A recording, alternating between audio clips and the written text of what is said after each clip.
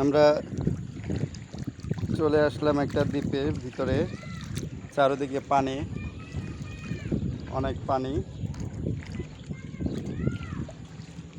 ওইদিকে মাছ ধরার যন্ত্র আছে দেখা যাচ্ছে। সুন্দর সুন্দর দৃশ্যগুলো আমরা এখানে দেখতে পাই।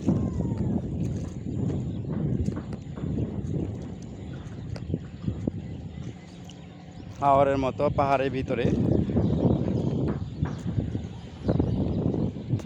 ওই যে দেখুন পাহাড় দেখা যাচ্ছে, পাহাড়ের মেঘালয়। অনেক সুন্দর একটা দৃশ্য, যেটা আপনাদের সাথে শেয়ার করলাম। দেখা যায় কিনা দেখুন।